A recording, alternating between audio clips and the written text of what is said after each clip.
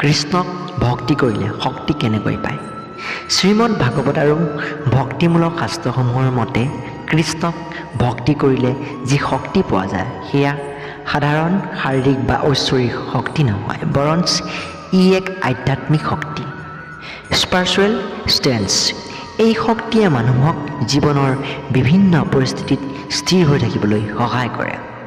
কৃষ্ণ ভক্তিয়ে কেনেকৈ এই শক্তি প্ৰদান কৰে তাৰ কেইটামান মূল দিশ আলোচনা কৰিম।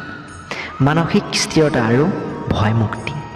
ভক্তিৰ মূল সুবিধা হ'ল মনৰ ভয় দূৰ কৰা।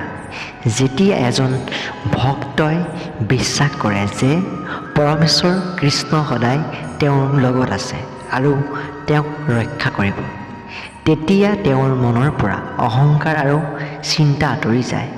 গীতাত কৃষ্ণই অৰ্জুনক কৈছিল, যি মোক শৰণ লয় মই তাক সকলো পাপৰ পৰা মুক্ত কৰোঁ।